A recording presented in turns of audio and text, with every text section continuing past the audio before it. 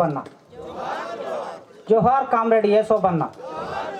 కొనసాగిస్తాం అమరవీరుల ఆశయాలని, కొనసాగిస్తాం అమరవీరుల ఆశయాలని. ఈ కార్యక్రమానికి సభాధ్యక్షత వహించిన బంధుమిత్రుల సంఘం నాయకులు, వివిధ ప్రజా సంఘాల నాయకులు, వేదిక ముందు ఉన్న నాయకులు, యేసోబన్న స్నేహితులు, బంధువులు, మీ అందరికీ విప్లవ రచయితల సంఘం తరపున విప్లవాభివందనాలు తెలియజేస్తూ, యేసోబన్న ఈ దేశంలో అట్టడుగు వర్గం నుంచి వచ్చారు. ఇప్పటి వరకు యేసోబన్న క్లాస్మేట్ సార్ చెప్పిన విషయాలు మనం చూస్తే ఆయన రూపొందిన క్రమం అద్భుతమైన క్రమం. ఆ క్రమం ఈ దేశంలో ఉండే పాలక వర్గాల్ని భయకంపితులు చేసింది. ఎప్పుడైనా సరే దేశాన్ని పరిపాలించే వాళ్ళు, నియంతృత్వ పరిపాలన అమలు చేయాలనుకున్న వాళ్ళు అనివార్యంగా ఆయుధాన్ని ఆశ్రయిస్తారు, అనివార్యంగా యుద్ధాన్ని ఆశ్రయిస్తారు, హింసని ఆశ్రయిస్తారు. ఈ హింస ఇవాళ మొదలైన హింస కాదు. ఈ హింస వేల సంవత్సరాలుగా ఈ నేల మీద అమలవుతున్న హింస. ఈ హింస అమలు చేస్తున్న సందర్భంలో నుంచి ఆ హింసను వ్యతిరేకిస్తూ ఎందరో వీరులు ఈ నేల మీద నడియాడిన వ్యక్తులు ఉన్నారు. ఆ క్రమంలో ఒక జీతగాడిగా ఈ దేశానికి 1947 ఆగస్టు 15 స్వాతంత్రం వచ్చిందని చెప్తూ ఉన్నారు. 47లో స్వాతంత్రం వస్తే 52లో పుట్టిన యేసోబన్న జీతగాడిగా ఎందుకు మారాడు? యేసోబన్న లాంటి వీరుల్ని చంపుతున్న వాళ్ళైనా, రాజ్యహింసని అమలు చేస్తున్న వాళ్ళైనా, ప్రజాస్వామికవాదులైనా, లేదా ఈ రాజ్యహింసకి మద్దతుగా నిలబడిన కొందరు మేధావులైనా ఆలోచించవలసింది ఒక సందర్భం మీకు నేను విజ్ఞప్తి చేస్తున్నా. ఇది విజ్ఞప్తి అనుకుంటారా, విన్నపం అనుకుంటారా, డిమాండ్ అనుకుంటారా? ఒక్కసారి ఆలోచించండి. మధ్య భారతంలో ఒక్కొక్కరు రాలిపోతూ ఉన్నారు. ఒక మనిషి తయారు కావడానికి, ఈ నేల మీద ఈ దేశానికి నాయకత్వం వహించడానికి, విస్తృతమైన జ్ఞానాన్ని పొందడానికి ఎంత సమయం పడుతుంది? 50 సంవత్సరాల క్రమంలో, ఉద్యమ క్రమంలో తయారైన వ్యక్తుల్ని పట్టుకొని ఒక్కొక్కరిని చంపేస్తూ ఉన్నారు. మధ్య భారతంలో ఒరిగిపోతూ ఉంటే, తెలంగాణ నేల మీద ఒరిగిపోతూ ఉంటే, ఒక 10 కోట్ల మంది ఉండే ఆదివాసుల మధ్య పోరాటం చేస్తూ ఉంటే, ఈ దేశమంతా 140 కోట్ల జనాభా ఉన్న దేశం ఏం చేస్తుంది? పౌర సమాజం ఏం చేస్తుంది? అందుకే 40 ఏళ్ళ స్వాతంత్రం వచ్చిందే నిజమైతే యేసోబన్న జీతగాడిగా మారే పరిస్థితి లేదు. మాదిగ కులంలో పుట్టిన యేసోబన్న ఊరికి దూరంగా ఉండవలసిన అవసరం ఎందుకు వచ్చింది? తినడానికి తిండి లేక, కట్టడానికి బట్ట లేక, తను మాత్రమే కాకుండా తన చుట్టూ ఉన్నటువంటి ప్రజలందరికీ 3 పూటల ఈ 5,000 నోట్లోకి ఎందుకు పోవటం లేదనే ప్రశ్న వేసుకున్నప్పుడు ఈ దేశానికి స్వాతంత్రం వచ్చినట్లా రానట్లా? చదువులు లేవు, ఉద్యోగాలు లేవు, భూమి లేదు, జీవితం లేదు. లేనప్పుడు అనివార్యంగా ఒక యాతన మొదలైంది. ఒక్క యేసోబన్న మాత్రమే కాదు, సూరపనేని జనార్దన్, పులి అంజన్న, లింగమూర్తి, ఇట్లా మొదలు పెడితే ఎంతమంది పేర్లైనా చెప్పొచ్చు. వీళ్ళందరూ తమ కుటుంబంలో అందరిలాగే ఈ దేశంలో 140 కోట్ల మంది లాగే పుట్టి పెరిగారు కదా. మరి వీళ్ళు మాత్రమే ఒక కొత్త ఆలోచన ఎందుకు చేశారు? 40 ఏళ్ళ స్వాతంత్రం వస్తే 67 వరకు చూశారు, 20 ఏళ్ళు చూశారు. బ్రిటిష్ వాడు ఉన్న కాలంలో తెల్లవాడు పోయి నల్ల దొరలు వస్తే ఈ స్వాతంత్రం వట్టి బూటకమని 1930లో భగత్ సింగ్ ఉరికంబాన్ని ముద్దాడుతూ చెప్పిన మాట నిజమే. తెల్ల దొరలు పోయి నల్ల దొరలు వస్తే ఈ స్వాతంత్రం వట్టి బూటకమే అయ్యింది. బూటకం అయ్యిందనే విషయం అర్థం కావడానికి 20 ఏళ్ళ సమయం పట్టింది. ఈ 20 ఏళ్ళ సమయంలో వేచి చూశారు కదా. ఈ దేశాన్ని పరిపాలిస్తున్న వాళ్ళు ఈ దేశస్తులే. ఈ దేశాన్ని ఇక్కడ అభివృద్ధి నమూనాను అమలు చేస్తున్న వాళ్ళు ఈ దేశ పెట్టుబడిదారులే. అయినప్పుడు కోట్ల మంది ప్రజలకి కనీస అవసరాలు ఎందుకు తీరలేదు? తీరి ఉండి ఉంటే 1967 మే 24వ తారీఖున నక్సల్బరి నిప్పు రవ్వ ఎందుకు అంటుకున్నది? ఎందుకు నక్సల్బరి అవసరం వచ్చింది? ఆదివాసులు, అమాయకులైన వాళ్ళు, తెల్ల బట్టలను చూస్తే పారిపోయే మనుషులు, వాళ్ళు తెల్ల బట్టలను చూస్తే పారిపోయే మనుషులు పోడుగొట్టుకొని వ్యవసాయం చేసుకుంటారు.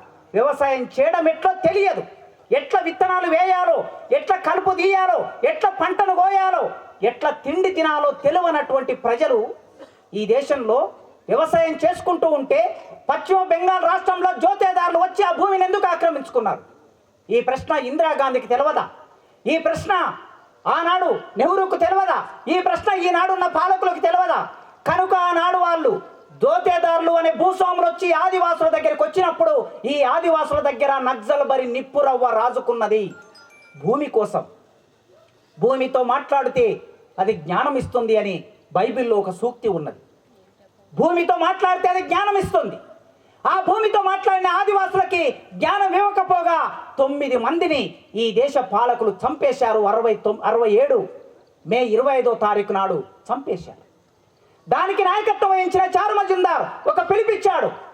గ్రామాల్లో ఉన్న యువకులారా, యువతులారా, విశ్వవిద్యాలయాల్లో చదువుకుంటున్న మేధావులారా, బుద్ధిజీవులారా, పరిశ్రమలో పనిచేస్తున్న కార్మికులారా, చూశారా ఈ దేశంలో మీతోటి మనుషులు ఆదివాసులు 9 మందిని పాలక వర్గాలు చంపేశారు, మీరు మౌనంగా ఉంటారా, మీరు ఆలోచించరా అనే ప్రశ్న వేసినప్పుడు ఈ దేశం అంతా కదిలిపోయింది. ఆ కదలికలో సూరపనేని జనార్దన్ ఒక విద్యార్థిగా బయలుదేరాడు, ఒక యువకుడిగా బయలుదేరాడు. ఆ పిలుపులో పులి అంజన్న ఒక యువకుడిగా బయలుదేరాడు. ఆ పిలుపులో బయలుదేరిన వాళ్ళు టేకులగూడెనికి చేరుకున్నారు. టేకులగూడెం మాత్రమే కాదు, టేకులగూడెం లాంటి కొన్ని లక్షలాది గ్రామాల్లోకి చేరుకున్నారు. ఈ టేకులగూడెంలోకి వస్తే ఎవరు ఎక్కడికి వెళ్ళాలి? ఈ దేశంలో కార్మికులు అంటే సొంత ఆస్తి లేని వాళ్ళు అంటాం. ప్రపంచంలో ఎక్కడైనా కార్మికులు అంటే సొంత ఆస్తి లేని వాళ్ళు. 2 చేతులు తప్ప కంపెనీలోకి వెళ్ళి పని చేసే ఒక నట్టు కానీ ఒక పాన కానీ ఏది కూడా తమది కాని మనుషులు కార్మికులు. అట్లే ఏది కాని మనుషులు ఈ దేశంలో, భారతదేశంలో ఎవరు ఉంటారంటే దళితులు ఉంటారు. దళితులకి భూమి ఉండదు, దళితులకి గౌరవం ఉండదు. దళితులు కాళ్ళకి చెప్పులు తయారు చేసిన వాళ్ళే తిరిగి చెప్పులు వేసుకునే అవకాశం ఉండదు. అట్లాంటి గ్రామాల్లోకి, టేకులగూడెంలోకి, దళిత వాడల్లోకి ప్రవేశించి బైబిల్ పట్టుకున్న యేసోబన్న దగ్గరికి నక్సల్బరి నిప్పురవ్వ ప్రవేశించింది. ఆ నక్సల్బరి నిప్పురవ్వ ప్రవేశించినప్పుడు ఈ గ్రామం మండుతూ ఉన్నది. అయ్య చేసిన అప్పు కిందికి దొరల్లా జీతగాడ, 6 ఏళ్లకే జీతం ఉంటివా దొరల్లా జీతగాడ, మీసమన్న మలువక ముందే దొరల్లా జీతగాడ, కాశగడ్డి కుప్పగొడితివా దొరల్లా జీతగాడ. 70వ దశకంలో 60వ దశకంలో ఈ దొరల్లకి దొర అనేవాడు ఎందుకున్నాడు? దొరకి ఒక మాదిగ వాళ్ళు జీతం ఎందుకున్నారు? స్వాతంత్రం వచ్చిన తర్వాత కూడా ఈ అసమానత ఎందుకు కొనసాగుతున్నది? ఈ ప్రశ్న మొదలైంది. స్వాతంత్రం వచ్చిన తర్వాత కూడా భూమి మాకెందుకు రాలేదు? ఈ ప్రశ్న మొదలైంది. స్వాతంత్రం వచ్చిన తర్వాత కూడా పరిపాలనలో మా భాగస్వామ్యం ఎందుకు లేదు? ఇదం మీ గొంతు విప్పనంత కాలం ఈ దేశంలో దోపిడీ కొనసాగుతూనే ఉంటుంది. ఎవరికి అప్పచెప్తున్నారు? ఆనాడు బ్రిటిష్ వాడు వచ్చాడు ఇక్కడికి, వ్యాపారం కోసం వచ్చాడు. వ్యాపారం కోసం వచ్చిన వాడు ఇక్కడున్న ప్రజల్ని పీడించి దోపిడీ చేసి ఇక్కడ పత్తి పండించాడు, ఇక్కడ కాఫీ పండించాడు, అనేక రకాల పంటలు పండించి ఈ పంటల్ని వాడి దేశానికి తీసుకెళ్ళి అక్కడ బట్టలు తయారు చేశాడు, తిరిగి వచ్చి మనకే అమ్మాడు. అక్కడ కాఫీ పౌడర్ తయారు చేశాడు, తిరిగి వచ్చి మనకే అమ్మాడు. ఇక్కడ నుంచి పొగాకు తీసుకెళ్ళాడు, అక్కడ సిగరెట్ తయారు చేశాడు, తిరిగి వచ్చి మనకే అమ్మాడు. ఈ దోపిడీ కొనసాగింది.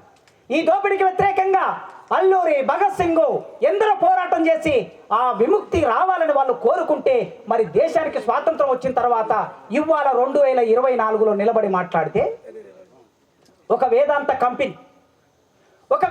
కంపెనీ దండకారణ్యంలోకి వెళ్ళాలి. ఎందుకు వెళ్ళాలి? ఒక డీబీర్స్ కంపెనీ నల్లమల్ల అడవులోకి వెళ్ళాలి. ఎందుకు వెళ్ళాలి?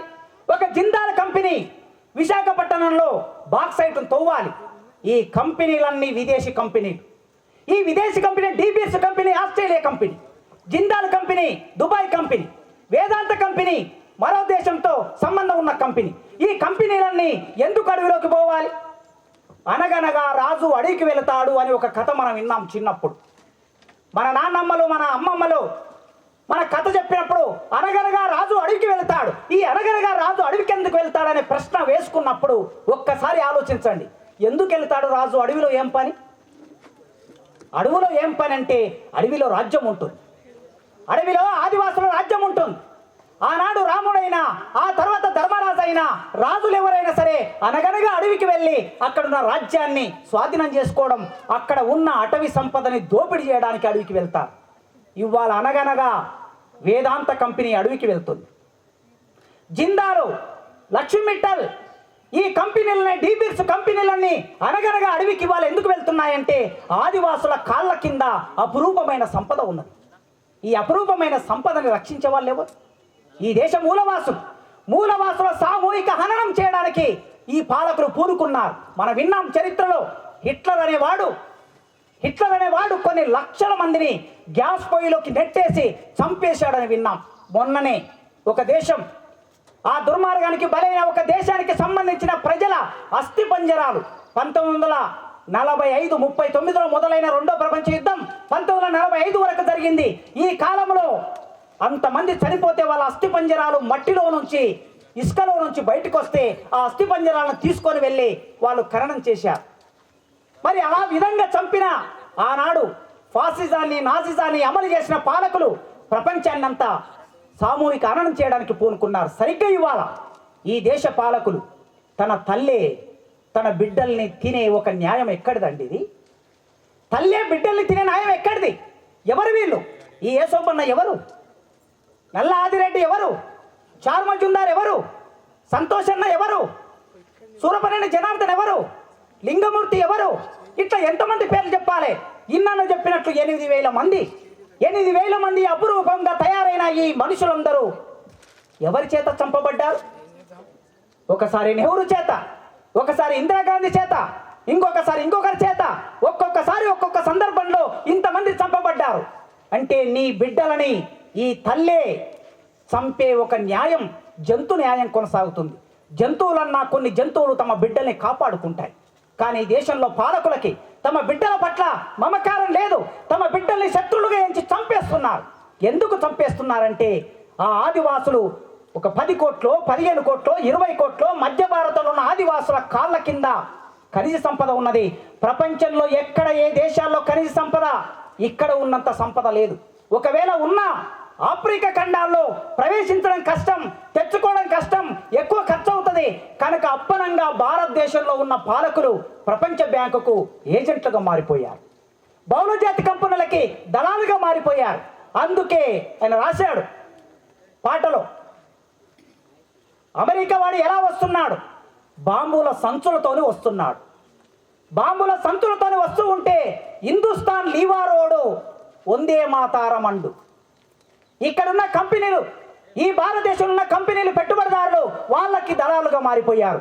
హిందుస్థాన్ లీవారోడు వందే మాతారమండు, టాటా బిర్లా వాళ్ళు తాళాలు కొట్టుతుండు, ప్రధానమంత్రి గారు పాదాలు విసుకుతుండు, ముఖ్యమంత్రి గారు మూతి నాకుతుండని రాశాడు ఆయన. ఇవాళ ఈ పాలకులు బహుళ జాతి కంపెనీలకి ఇట్లా సేవ చేస్తున్నారు. ఎందుకు సేవ చేస్తున్నారంటే ఈ సంపదని దోపిడీ చేసి పెట్టడానికి. మరి ఈ సంపదని కాపాడుతున్న వాళ్ళు ఎవరు? ఆదివాసులు. వాళ్ళకి నాయకత్వం వహిస్తున్న వాళ్ళు ఎవరు? యేసోబన్న లాంటి విప్లవకారులు. యేసోబన్న నాయకత్వం వహించి దాన్ని కాపాడితే మహేష్కు లాభం వస్తుందా? పరిశుద్ధకి లాభం వస్తుందా? ఆ కుటుంబానికి లాభం వస్తుందా? లేదా టేకుల గూడానికి లాభం వస్తుందా? ఒకవేళ అదే అనుకుంటే అమ్మ అయ్య పెట్టిన పేరు కూడా చెప్పరు ఎవరో ఈ బిడ్డలు. యేసోబన్న తల్లి పెట్టిన పేరు, తండ్రి పెట్టిన పేరు. కానీ జగనన్నగా ఎన్ని పేర్లుగా పనిచేశాడు. పేరు కోసం వచ్చిరందున అవ్వ అయ్య పెట్టిన పేరు కూడా చెప్పరు. భూములు ఎన్నో పంచినా చెంటు భూమి కూడా అడగరు. ఆ భూమిలో పండిన పంట కంకి మీద, ఒక్క కంకి మీద కూడా చెయ్యి వేయరు. అంత నిస్వార్థంగా ఈ దేశం కోసం వాళ్ళు పనిచేస్తున్నారు. అంటే ఇక్కడ కూర్చున్న మనందరి కోసం, నీవు 2 వీలర్ నడపాలంటే, నువ్వు కారు నడపాలంటే, నువ్వు పెన్ను బట్టి రాయాలంటే, నువ్వు కళ్ళజోడు పెట్టుకోవాలంటే నీకేం కావాలి? ఇనుము కావాలి. ఈ ఇనుము భారతదేశంలో ఉన్నది. ఈ ఇనుము దోపిడీ చేసుకొని పోతే మన తర్వాతి తరాలకి, మన పిల్లలకి ఎవరు తెచ్చి పెడతారు? భవిష్యత్తు తరాల కోసం, నిజమైన వారసులు ఈ దేశంలో రేపు రాబోయే తరాల కోసం ఈ సంపదను కాపాడాలని వాళ్ళు పోరాటం చేస్తున్నారు, ప్రాణత్యాగం చేస్తున్నారు. మన కోసమే, ఇక్కడ కూర్చున్న మనందరి కోసం, ఈ దేశంలో 140 కోట్ల మంది ప్రజల కోసమే. అందుకే వీళ్ళని శత్రువులుగా భావించి పాలక వర్గాలు ఎన్కౌంటర్ల పేరు మీద చంపేస్తున్నారు. ఎంతమంది మాట్లాడారండి? 67 నుంచి ఇంకా ముందుకెళ్తే 1930 ఆంధ్ర మహాసభ ఏర్పడినప్పటి నుంచి ఎంతమంది మాట్లాడారు? ఇక్కడితో కథమైపోయింది, ఇక లేదు, ఇంకా అయిపోయింది అని మాట్లాడిన వాళ్ళు ఎంతోమంది ఉన్నారు. కానీ ఈ భూమి ఉన్నంత వరకు, ఈ దోపిడీ ఉన్నంత వరకు, ఈ అంటరానితనం ఉన్నంత వరకు, అవిద్య ఉన్నంత వరకు, పాలక వర్గాలు సామ్రాజ్యవాద దేశాలకి దళాలుగా మారినంత వరకు ఈ దేశంలో ఖచ్చితంగా పోరాటం నడుస్తూనే ఉంటుంది. ఆ పోరాటం ఎవరు ఆపలేరు. కవితా న్యాయమే కావచ్చు, అరచేతిని అడ్డుపెట్టి సూర్యకాంతిని ఆపలేరనేది కవితా న్యాయం కావచ్చు. కానీ సూర్యుడు ఎంత సహజమో ఈ దేశంలో పోరాటం నడవడం కూడా అంతే సహజం. అందుకే ఈ వేదిక తరపు నుంచి ఏసోపన్న సంస్మరణ సభ సందర్భంగా ఈ దేశ ప్రజలకి తప్పనిసరిగా మనం విజ్ఞప్తి చేయవలసింది, ఎందుకంటే మనం ఒక్కరమే ఈ పాలక వర్గాల్ని ఓడించలేం. మనం ఒక్కరు మాత్రమే ఓడించలేం. మన శక్తి ఆ శక్తితో పోల్చుకున్నప్పుడు, అశేష ప్రజలందరినీ మనం కూడగట్టినప్పుడు మాత్రమే ఈ దేశంలో రెండు వర్గాల మధ్య యుద్ధం జరిగితే ఆ రెండు వర్గాల మధ్య జరిగే యుద్ధంలో ఎవరి బలం ఎంత అనే దాన్ని బట్టే యుద్ధంలో విజయం అపజయం ఉంటుంది. ఈ ఎవరి బలం ఎంత అనుకున్నప్పుడు ఈ కోట్ల మంది ప్రజల్ని సమీకరించవలసిన అవసరం ఉన్నది. ఎంత మాట్లాడినా అక్కడ జరుగుతున్న యుద్ధాన్ని ఆపాలంటే, ఒకప్పుడు ఏసోబన్న జీతగాడిగా పనిచేశాడు, ఇవాళ బహుళజాతి కంపెనీల్లో జీతగాళ్ళుగా పనిచేస్తున్న లక్షల మంది ఉన్నారు, కోట్ల మంది ఉన్నారు. మీరు ఇండస్ట్రియల్ డిస్ట్రిక్ట్లోకి పోతే, ఒకప్పుడు మీరు చూసిన హైదరాబాద్ కాదు, హైదరాబాద్ దాటి కాస్త జూబ్లీ హిల్స్ దాటి అవతలికి వెళ్తే గచ్చిబౌలి వైపు వెళ్ళి చూస్తే ఒక అమెరికాలో ఉన్నామా, ఒక జపాన్లో ఉన్నామా అని ఒక భ్రమ కలుగుతుంది. అట్లాంటి కాలనీలను నిర్మాణం చేసుకున్నారు. మరి ఆ కాలనీల్లో పనిచేస్తున్న వాళ్ళు ఎవరు? మీ పిల్లలు, మన పిల్లలు, ఈ దేశం బిడ్డలు, ఈ ప్రజల బిడ్డలు ఆ కాలనీలో పనిచేస్తున్నారు. వాళ్ళు ఏసోబన్న ఏం చేశాడో, సూరపనేని జనార్దన్ ఏం చేశాడో తెలియని బిడ్డలు కార్పొరేట్ కంపెనీల్లో 10 గంటలు, 12 గంటలు, 14 గంటలు ఏసోబన్న జీతం చేసినట్లే వాళ్ళు అక్కడ జీతం చేస్తూ ఉన్నారు. ఆనాడు ఈయన దొర దగ్గర జీతం చేశాడు, ఇప్పుడు వాళ్ళు కార్పొరేట్ కంపెనీల దగ్గర జీతం చేస్తున్నారు. ఏసోబన్న ఒక పూట అన్నం పెట్టి, దొర ఒక పూట అన్నం పెట్టి రోజంతా పని చేయిస్తే, ఒక పూట కాదు, మా శరీరంలో బలం ఉండాలంటే, మేము పని చేయాలంటే మాకు 3 పూటల జీతగాళ్ళకి అన్నం కావాలని పోరాటం నడిపిన వాడు ఏసోబన్న. 3 పూటల అన్నం కోసం పోరాటం నడిపాడు. కూలి తల్లులు, నాట్లేసే తల్లులు, కోసే తల్లులు, మోపులు ఎత్తే తల్లులు, కుప్ప కొట్టే తల్లులు, తమ చెమటని కన్నీళ్ళని కలిపి మీ గరిసెలు నింపుతున్న తల్లులు, వారి కూలి శ్రమకి తగిన కూలిమ్మని పోరాటం చేసిన వాడు. జీతగాళ్ళ కోసం పోరాటం చేశాడు, కూలీల కోసం పోరాటం చేశాడు. సరిగ్గా మళ్ళొక వ్యవస్థ ఇప్పుడు అక్కడ నిర్మాణం అవుతూ ఉన్నది. ఆ నిర్మాణం అవుతున్న వ్యవస్థలో జీతగాళ్ళుగా ఉన్న ఆ కార్పొరేట్ జీతగాళ్ళని మనం ఆకర్షించకపోతే, మనం అర్థం చేయించకపోతే, మనం ఉద్యమంలోకి తీసుకురాకపోతే నిజంగా విప్లవానికి అవకాశం ఉందా లేదా అని చాలా చర్చలు చేసే మేధావులు ఉంటారు. ఎవరికి అర్థం కాని వ్యాసాలు రాసే మేధావులు ఉంటారు. అర్ధ వలస దేశమా, అర్ధ భూస్వామ్య దేశమా, లేదా పెట్టుబడిదారు దేశమా అని రాతలు రాసే వాళ్ళు ఉంటారు. కానీ ఈ దేశం కోరుతున్నది ఏమిటంటే, ఈ ప్రపంచం కోరుతున్నది ఏమిటంటే, చాలామంది చదువులోకి వచ్చారు. చదువులోకి వచ్చిన వాళ్ళకి ఉపాధి కల్పించే శక్తి ప్రభుత్వాలకు లేదు. ఒక పెద్ద సంక్షోభం కొనసాగుతున్నది. తెలంగాణ నేల మీద పబ్లిక్ సర్వీస్ కమిషన్లో ఎన్రోల్ చేసుకున్న నిరుద్యోగుల సంఖ్య 47 లక్షలు. 47 లక్షల మంది నిరుద్యోగులు ఉన్నారు. ప్రభుత్వం ఇవ్వగలిగిన ఉద్యోగాలు 3 లక్షలు మాత్రమే. 3 లక్షల ఉద్యోగాలు ఇవ్వగలిగిన ప్రభుత్వం దగ్గర 40 లక్షల మంది ఉన్నారు. అంటే సర్ప్లస్ 44 లక్షల మంది సర్ప్లస్ ఉన్నారు. ఈ యువతంతా ఎక్కడికి వెళ్ళాలి? ఈ యువతకు ఉపాధి ఎవరివ్వాలి? అర్ధ బానిసలుగా జీవిస్తున్న యువత ఈ సమాజంలోకి వచ్చారు. కరోనా సందర్భంలో చూసాం, కిలోమీటర్లు జీడిపి ఇంత పెరిగింది, అంత పెరిగింది. ప్రపంచంలో మనం నెంబర్ 5 అయ్యాం. చైనాను కూడా తలదన్నిపోతాం, ఇంగ్లాండ్ కూడా తలదన్నిపోతాం, అమెరికాతో పోటీ పడతామని ఈ పెట్టుబడిదారి ఆర్థికవేత్తలు బాకా ఊదుతున్నారు. అయ్యా, మీరు ఊదే బాకా ఒక్క 2 ఏళ్ళు వెనక్కి వెళ్ళండి, ఒక 3 ఏళ్ళు వెనక్కి వెళ్ళండి. మీరు ఇంత బాకా ఊదుతున్నారు కదా, ఈ బాకా ఊదినప్పుడు ఈ నేల మీద, భారతదేశం నేల మీద కనీసం ఒక చోటు నుంచి కూలీలు మరో చోటుకి వెళ్ళడానికి ఒక బస్సును సమకూర్చలేకపోయింది నీ అభివృద్ధి. ఒక రైలు సమకూర్చలేకపోయింది నీ అభివృద్ధి. రైలు పట్టాల మీద నడుచుకుంటూ వెళ్ళి ట్రైను ఢీకొని చనిపోయినటువంటి వాళ్ళు ఎందరు ఈ దేశంలో? రైలు పట్టాల మీద అలిచిపోయి పడుకొని ఆ నిద్రమత్తులో ఉన్నటువంటి వాళ్ళ మీద ట్రైన్ పోయి చనిపోయిన వాళ్ళు, రోడ్డు మీద నడుచుకుంటూ పోతే పాదాలు చిట్లిపోయి రక్తం స్రవిస్తున్న ప్రజలు. ఏం చేసింది మీ అభివృద్ధి? ఎవరికి ఉపయోగపడింది మీ అభివృద్ధి? ఇక్కడ అభివృద్ధి అంటే 10% మందికి సంబంధించిన అభివృద్ధి. 90% మంది దేశంలో ఏ అవకాశం లేకుండా ఉన్నారు. ఆదాని ఈ దేశ అధినేతకి మిత్రుడు, సన్నిహితుడు. ఆదాని 2000 సంవత్సరంలో గుజరాత్లో చిన్న వ్యాపారం మొదలుపెట్టాడు. ఎంత చిన్న వ్యాపారం మొదలుపెట్టాడు? ఒక 5 కోట్లు 10 కోట్లతో వ్యాపారం మొదలుపెట్టాడు. 24 సంవత్సరాల కిందట చిన్న ఓడల వ్యాపారం మొదలుపెట్టిన ఆదాని ఇవాళ భారతదేశంలో నెంబర్ 1 ఎట్లయ్యాడు? 24 ఏళ్ల క్రమంలో ఈ మట్టిని నమ్ముకొని బతుకుతున్న మేమెవరమైనా ఈ దేశంలో ధనవంతులు అయ్యారా? వ్యవసాయదారులు, కార్మికులు, వ్యాపారస్తులు, మధ్యతరగతి జీవులు, ఉద్యోగస్తులు ఎవరైనా ధనవంతుడు అయ్యాడా? కాలే.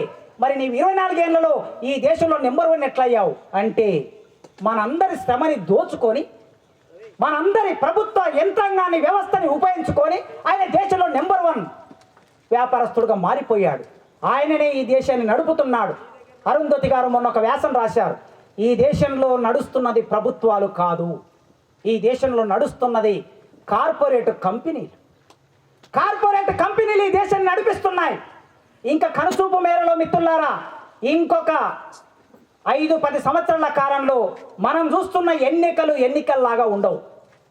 మనం చూస్తున్న ఈ ఎన్నికల భ్రమలు ఏమైనా ఉంటే ఎమ్మెల్యే కావచ్చు, ఎంపీ కావచ్చు అని కింది వర్గాలకి భ్రమ ఉంటే ఆ కింది వర్గాలు కనీసం పోటీ చేసే అవకాశం కూడా ఈ దేశంలో ఉండదు రాబోయే కాలంలో.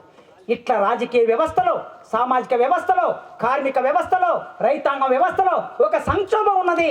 ఈ సంక్షోభానికి పరిష్కారం ఏమిటంటే ఏకీ రస్తా నక్సల్బరీ ఏకీ రస్తా తప్ప ఇంకొక ప్రత్యామ్నాయ పరిష్కారం లేదు. విప్లవం మాత్రమే ఈ దేశాన్ని విముక్తి చేస్తుంది. ఏసోబన్న ఈ దేశం కోసం ఆ తల్లిదండ్రులు కని పెంచి పెద్దగా చేసి 20 ఏళ్ల వయసులో ఒక అపురూపమైన బిడ్డని ఈ దేశ విముక్తి కోసం అందించారు. భరతక్క పాడినట్లు విప్లవం ప్రసవించే తల్లి పురిటి నొప్పులు ఎంత సహజమో విప్లవంలో వీరుల మరణం అంతే సహజం. ఆ వీరుల మరణం అంతే సహజమైనప్పుడు ఆ ప్రసవించిన తల్లిని నీ దేశం అంతా విస్తరింపజేసింది. ఇవాళ నువ్వు లేవు, నీ ఆశయాలు ఉన్నాయి, నీ పోరాటం ఉన్నది, నీ రాజకీయాలు ఉన్నాయి, వాటిని కొనసాగించే నీ వారసులు ఉన్నారు. ఖచ్చితంగా ప్రజల మీద నమ్మకం మాకు, విశాలమైన నమ్మకం, అశేషమైన నమ్మకం. ఈ ప్రజలు కడుపుల్లో పెట్టి సాదుకుంటారు, ఈ ప్రజలు కళ్ళల్లో పెట్టి సాదుకుంటారు. ఈ ప్రజలు ఆనాడు మీరు గ్రామాల్లోకి వెళ్ళినప్పుడు గంజో కలో పోసి మిమ్మల్ని ఎట్లా సాదుకున్నారో ఆ విధంగానే ఈ ప్రజలు సాదుకుంటారు. ఎన్ని రూపాలు రావచ్చు, ఖచ్చితంగా ఈ దేశంలో ఏసోబన్న ఆశయాన్ని నిజం చేసే రోజు ఒకటి వస్తుంది. ఆ రోజు కోసం మనం అందరం ఎదురు చూద్దాం.